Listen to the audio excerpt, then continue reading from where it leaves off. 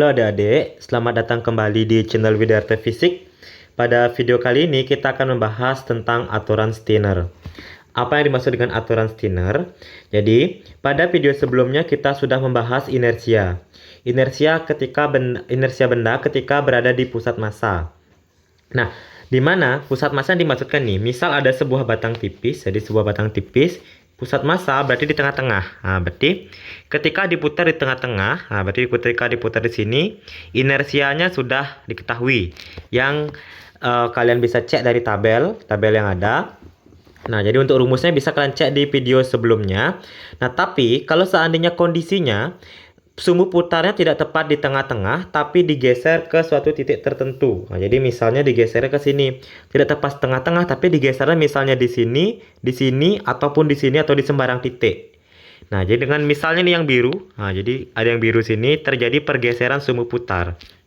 Nah, jadi aturan Steiner di sini dia berguna untuk menghitung momen inersia benda jika sumbu putarnya tidak lagi melalui pusat massa.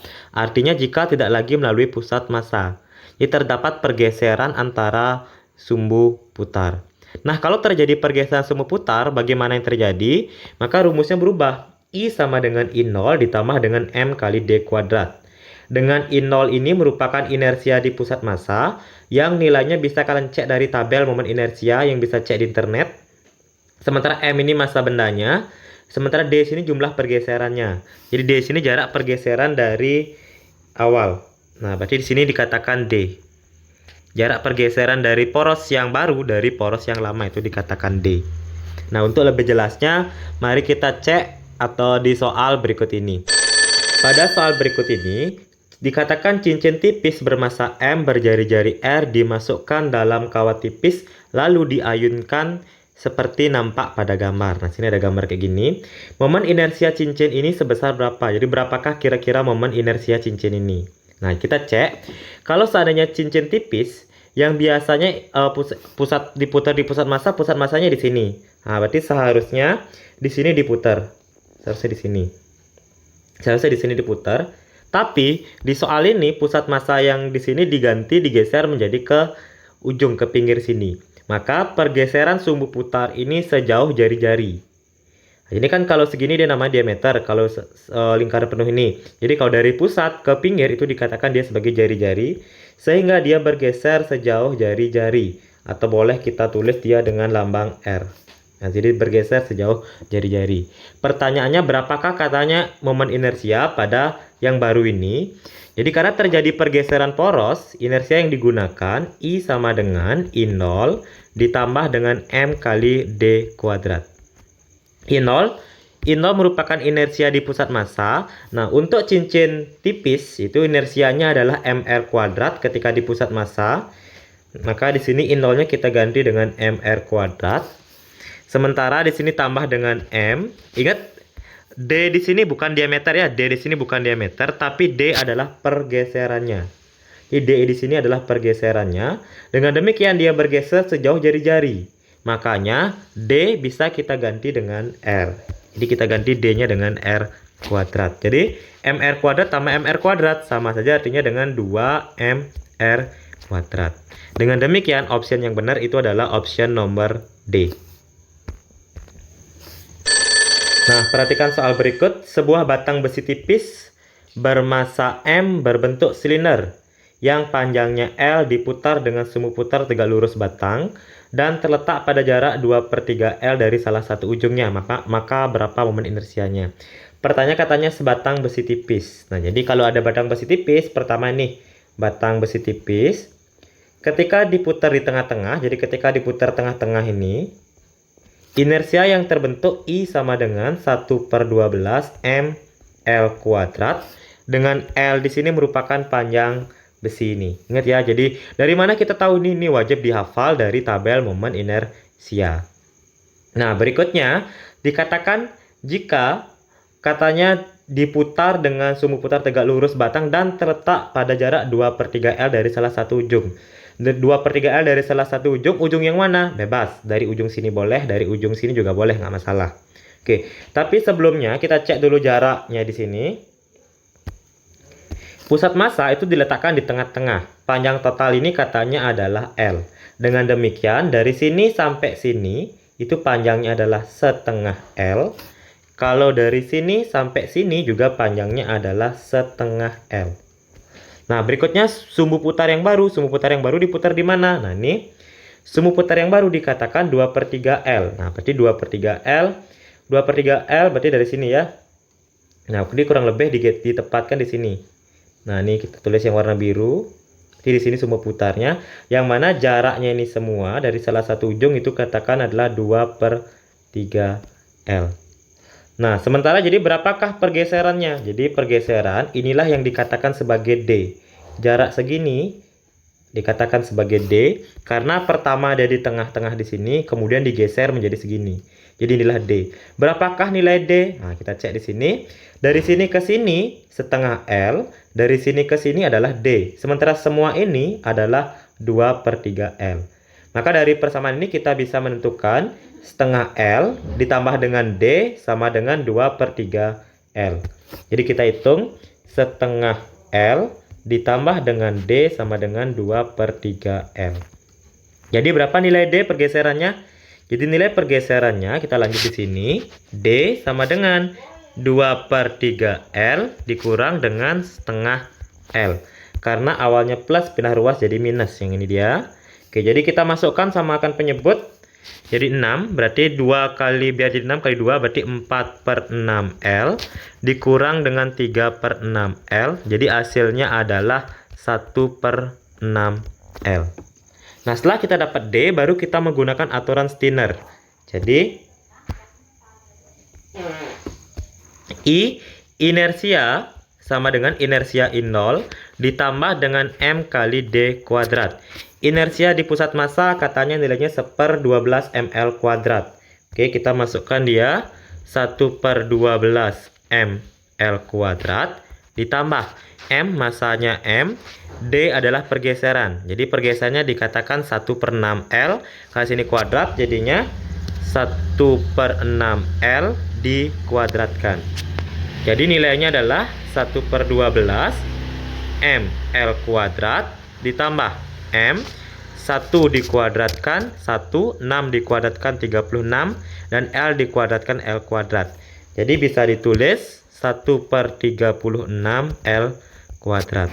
Berarti 1/12 ml kuadrat ditambah 1/36 ml kuadrat. Samakan penyebut jadi 36. Berarti ini kali 3, ini juga kali 3. Jadi hasilnya adalah 3/36 ml kuadrat ditambah 1/36 ml kuadrat. Berarti hasilnya adalah 3 tambah 1 4. Jadi 4/36 ml kuadrat. Sederhanakan sama-sama bagi 4 jadi 1/9 ml kuadrat. Oke, jadi jawaban yang paling tepat itu adalah option nomor D ya. Oke, kita cek soal ini. Sebuah batang besi kurus bermassa M dan panjangnya L diputar pada salah satu sumbu putar tegak lurus batang dan melalui pusat massanya akan memiliki inersia I. Nah, berarti hampir mirip dengan soal yang tadi. Nah, jadi sini ketika ada batang besi kurus, ini adalah batang besi kurus. Ketika diputar di tengah-tengah ini, dia memiliki inersia yang katanya I. Yang mana I tadi ini adalah nilainya adalah 1/12 ml kuadrat. Nah, berikutnya, batang besi itu kemudian disambung dengan batang besi lainnya yang bermassa dan panjang yang sama seperti tadi. Nah, dengan demikian berarti ada 2 besi sekarang. Nah, jadi besi yang pertama ini, besi yang pertama disambung dengan batang besi yang lainnya, berarti disambungnya di sini. Nah, berarti disambungnya di sini. Nah, berarti disambungnya sehingga besi dari sini ke sini panjangnya adalah L, besi ke sini panjangnya adalah L. Dengan demikian panjang total besi ini adalah 2L. Dan masanya juga adalah 2M. Terus jika sambungan logam ini sekarang diputar dengan sumbu tegak lurus batang dan melalui salah satu ujungnya. Nah, diputarnya sekarang di salah satu ujung. Nah, berarti bukan diputarnya di pusat massa. Kalau diputarnya di pusat massa, kita bisa langsung mengganti M-nya dengan 2M, L-nya dengan 2L. Tetapi sekarang diputarnya di salah satu ujung. Nah, berarti kita tulis dulu. Sumbu putar pertama harusnya di sini. Sekarang sumbu putar berikutnya digeser, katanya pada salah satu ujungnya. Berarti pada salah satu ujungnya. Dengan demikian boleh kita tulis di sini. Nah, sinilah sumbu putar yang kedua yang baru. Dengan demikian sumbu putarnya bergeser sejauh D. Nah, sini pergeserannya.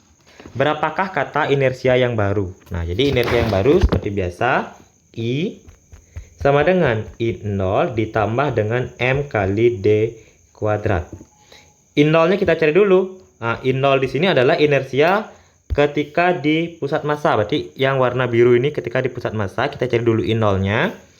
Jadi I0-nya sama dengan 1/12 mL kuadrat. 1/12. Ingat, M-nya di sini, M yang baru di sini, kita ganti dia dengan 2M karena dua besi digabung jadi satu. Ini masanya M, ini masanya M. Sehingga massa total itu adalah 2M. Jadi kita ganti sini jadi 2M. Sementara L di sini panjangnya awalnya L sehingga panjang total adalah 2L, maka L di sini kita ganti dengan L kuadrat. 2L dikuadratkan. Kita masukkan. Jadi 1/12 M kali 2 kali M, 2 kuadrat hasilnya adalah 4 kali L kuadrat. Nah, jadi dengan demikian sini jadi 1/12, 2 kali 4, 8 mL kuadrat. Jadi kita ketemu 1/12, 8 mL kuadrat. Nah, ingat di sini optionnya semuanya dalam bentuk I. Berapa nilai I? Katakan di sini kan I di sini merupakan inersia ketika satu batang diputar di pusat massa. Berarti yang ini. Maka nilai I sama dengan 1/12 mL kuadrat. Maka dengan demikian ini kita tidak sederhanakan. Biarkan dalam bentuk 1/12 mL kuadrat. Nah, sekarang kita masukkan ke sini. Jadi ini sama dengan I0 inersia di pusat massa yang baru. Yang di sini yang biru ini nilainya adalah 1/12 kali 8 kali mL kuadrat. Berarti 8 dibagi dengan 12 mL kuadrat. Ditambah dengan M. M sini adalah massa. Massa setelah disambungkan maka jadi dia 2M. Kita gunakan dia 2M. Sementara D di sini merupakan pergeseran. Pergeserannya awalnya dia di sini. Sekarang digeser pada salah satu ujungnya. Berarti dia bergeser sejauh L. Sejauh panjang dari batang besi ini. Maka kita ganti D-nya dengan L kuadrat. Nah, ingat seperti tadi opsinya dalam bentuk I semua. I adalah 1/12 mR kuadrat.